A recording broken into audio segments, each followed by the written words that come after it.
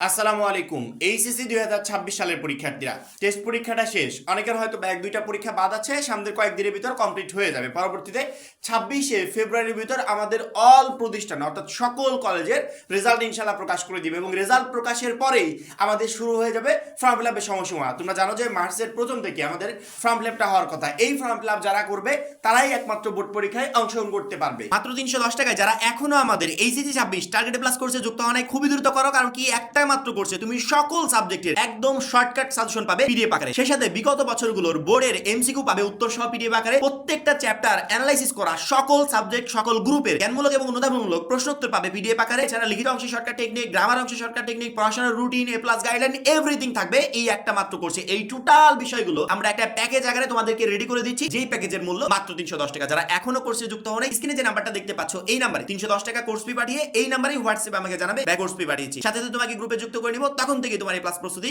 শুরু হয়ে যাবে। তবে এখন যে পরিস্থিতিতে আমরা আছি বা সামনে যে কয়দিন সময় আছে একটা বোর্ড পরীক্ষা থেকে ঠিক যতদিন দূরত্বে আমরা আছি, এই সময়ে এসে অনেকগুলো প্রশ্ন আমাদের মাথায় ঘুরপাক খাচ্ছে। প্রথম প্রশ্ন হচ্ছে, যেহেতু টেস্ট পরীক্ষা শেষ করলাম ভাই, এক দুইটা সাবজেক্টে যদি ফেল চলে আসে বা টেস্ট পরীক্ষায় যদি ফেল করি, সেক্ষেত্রে কি ফর্ম ফিল আপ করতে পারবো বা বোর্ড পরীক্ষায় কি অংশগ্রহণ করতে পারবো কিনা? কারণ শিক্ষা বোর্ড তো বলেছিল করতে দেওয়া যাবে না, যদিও তারা লিখিত কোনো ওইভাবে নোটিশ প্রকাশ করে নাই, কিন্তু শিক্ষা বোর্ডের অনেক কর্মকর্তা এই বিষয়ে কথা বলেছে, প্লাস আমাদের প্রতিষ্ঠানগুলো বলেছিল যে ফেল করলে কিন্তু আমরা তোমাকে বোর্ড পরীক্ষায় অ্যালাউ করবো না। এই জায়গা থেকে আমাদের একটু টেনশন। 2 নম্বর প্রশ্ন হচ্ছে, আমাদের বোর্ড পরীক্ষা তো বেশি দিন সময় বাকি নেই, হাতে আছে সময় কত? মাত্র 4 মাস। এখন 4 মাস সময় যেহেতু আছে, একটা বোর্ড পরীক্ষা যদি ঠিক ডিস্টেন্স মেনটেন করে হয়, অর্থাৎ নির্দিষ্ট যে সময় হওয়ার কথা যদি সেই সময় হয়, তারপর আমরা দেখি 1.5 থেকে 2 মাস আগে আমাদের রুটিন প্রকাশ পায়। কিন্তু এই বছরের বোর্ড পরীক্ষা তো আরেকটু পিছিয়ে গেল। এখন যেহেতু পিছিয়ে গেল, সেক্ষেত্রে আমাদের এই এইচএসসি 26 বোর্ড পরীক্ষার রুটিনটা আসলে কবে দিবে? কারণ রিসেন্টলি এইচএসসি 26 বোর্ড পরীক্ষার রুটিন কিন্তু দিয়ে দিয়েছে। এমনটা না যে রুটিন প্রকাশের 15 দিন পরে তাদের পরীক্ষা, না, একদমই না। রুটিন প্রকাশের মিনিমাম 2.5 থেকে 3 মাস সময় তারা হাতে পেয়েছে এই পরীক্ষার জন্য, অর্থাৎ 2.5 থেকে 3 মাস আগে তাদের বোর্ড পরীক্ষার রুটিনটা প্রকাশ করে দিয়েছে। এখন আমাদের আছে মাত্র 4 মাস। সেক্ষেত্রে আমাদের রুটিনে তো প্রকাশ পেতেই পারে। হ্যাঁ, তোমাদের রুটিনটাও রিসেন্টলি প্রকাশ হয়ে যাবে, খুব শীঘ্রই ইনশাল্লাহ প্রকাশ হয়ে যাবে। এবং এই বিষয়ে আমরা তো আপডেট পাবো যে শিক্ষা বোর্ড রুটিন তৈরি কাজটা কখন শুরু করছে। রুটিনটা প্রকাশ পেলে আমরা অ্যাকুরেট একটা ডেট পাবো যে অমুক তারিখে গিয়ে বোর্ড পরীক্ষাটা অনুষ্ঠিত হচ্ছে। এই জন্য রুটিনটা আমার মনে হয় না যে শিক্ষা বোর্ড বেশি লেট করবে প্রকাশের ক্ষেত্রে। ইনশাল্লাহ খুব দ্রুত তারা রুটিনটা পাবলিশ করে দিবে। যদি এসএসসি 26 পরীক্ষা সঠিক টাইমে তারা সম্পূর্ণ করতে পারে বা সঠিক টাইমে তারা নিতে পারে, সেক্ষেত্রে এইচএসসি 26 পরীক্ষার রুটিনও খুব দ্রুত তারা প্রকাশ করে দিবে। এখন কবে নাগাদ এই রুটিনটা প্রকাশ হতে পারে?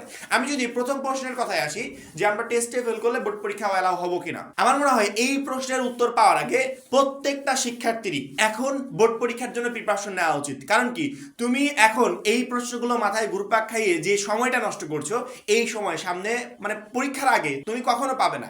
সামনে যে সময়টুকু আছে এই টাইমটুকু কখনো একটা বোর্ড পরীক্ষার প্রস্তুতি নেওয়ার জন্য টাইম না। এই টাইম হচ্ছে রিভিশন দেওয়ার জন্য। সেই রিভিশনের জায়গায় আমরা প্রিপারেশন নিচ্ছি, কারণ আমাদের সিলেবাস কমপ্লিট হয়নি।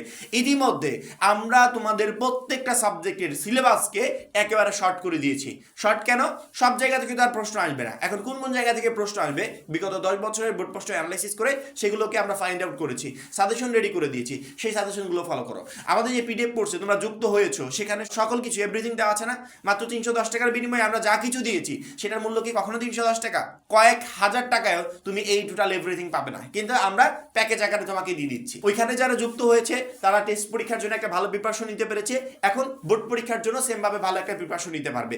টেস্ট পরীক্ষায় ফেল করলে বোর্ড পরীক্ষায় অ্যালাউ করবে কিনা, টেস্ট পরীক্ষাটা কমপ্লিট করে ফেলেছি, এখন এই ধরনের চিন্তা ভাবনা করে কোনো লাভ আছে? আমি তো এর আগেও একটা ভিডিওতে বলেছিলাম যে কোনো শিক্ষার্থী যদি 1-2টা সাবজেক্টে ফেল করে, মনে করো একটা সাবজেক্টে একজন শিক্ষার্থী ফেল করেছে, এখন কলেজের সাথে কথা বলে যদি বোর্ড নোটিশে যদি কড়াকড়ি নিয়ম না করে, অর্থাৎ আমাদের যে ফর্ম ফিল আপের নোটিশটা প্রকাশ পাবে সেখানে যদি উল্লেখ করা না থাকে যে শিক্ষার্থীরা ফেল করলে কখনো ফর্ম ফিল আপ করতে পারবে না, যদি এরকম পয়েন্ট উল্লেখ করা থাকে তাহলে আমরা কিছুই করতে পারবো না। আর যদি পয়েন্ট উল্লেখ করা না থাকে, সেক্ষেত্রে কলেজ কর্তৃপক্ষ হয়তোবা মানবিক দিক বিবেচনায় একটা সাবজেক্টে ফেল করলে একটা শিক্ষার্থীকে তারপরও অ্যালাউ করতে পারে। কিন্তু যে 5টা-7টা সাবজেক্টে ফেল করেছে, শিক্ষা বোর্ডও তাকে অ্যালাউ করবে না, কলেজ কর্তৃপক্ষ তাকে অ্যালাউ করবে না। অসুস্থতা থাকলে সেটা আলাদা বিষয়, কিন্তু 5-7টা সাবজেক্টে বা 4-5টা সাবজেক্টে ফেল করলে এগুলোকে অ্যালাউ করা কখনো সম্ভব না। তারপরে কলেজ কর্তৃপক্ষ এই বিষয়ে সিদ্ধান্ত নেবে। তবে আমার মনে হয় যে এই বিষয়গুলো নিয়ে এখন চিন্তা ভাবনা না করে আমাদের বোর্ড পরীক্ষার জন্য নিজেকে প্রস্তুত করা উচিত এবং বোর্ড পরীক্ষার জন্য নিজেকে কিভাবে প্রস্তুত করবে সেগুলো অলরেডি আমরা পাবলিশ করে দিয়েছি, শিক্ষার্থীদেরকে জানিয়ে দিয়েছি যে বোর্ড পরীক্ষার জন্য এই বিষয়গুলো তোমাকে পড়তে হবে। এখন তুমি বোর্ড পরীক্ষার এক সপ্তাহ আগে এসে আমার কোর্সে যুক্ত হবে, তখন এক সপ্তাহে কিন্তু সবকিছু কমপ্লিট করতে পারবে না, তোমাকে এখন থেকে যুক্ত হতে হবে। এই এখন যুক্ত হলে যে তোমাকে এক্সট্রা পেমেন্ট করতে হবে তাও না, ওই 310 টাকা এক সপ্তাহ আগেও দিতে হবে, ওই এখন যুক্ত হলে ওই 310 টাকায় তুমি বোর্ড পরীক্ষা পর্যন্ত সার্ভিসগুলো গ্রহণ করতে পারবে। সেক্ষেত্রে আমার মনে হয় যারা এখনো কোর্সে যুক্ত হয়নি খুবই দ্রুত যুক্ত হয়ে যাওয়া উচিত।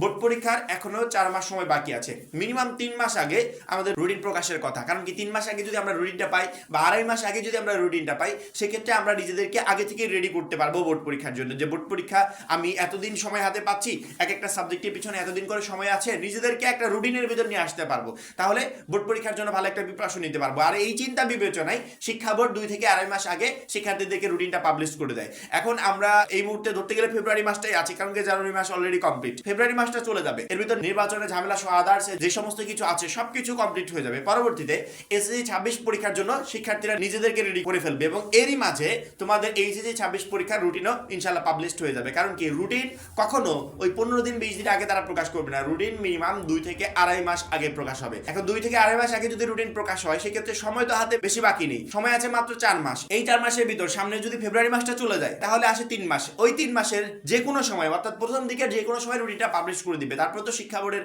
ওয়েবসাইটে আমরা সবসময় নজর রাখছি, এইচএসসি 26 রিলেটেড যে কোনো আপডেট আসলে তৎক্ষণাৎ ভিডিওর মাধ্যমে তোমাদেরকে জানিয়ে দিব। তবে এতটুকু বলে রাখি যে এইচএসসি 26 পরীক্ষার পূর্ণাঙ্গ একটা প্রস্তুতি নেওয়ার জন্য সামনের যে সময়টা আছে, এই সময়টা আপাতত না। কারণ কি আমরা এতদিন 2টা বছর পার করে আসছি, এখন এসে জাস্ট রিভিশন দিব।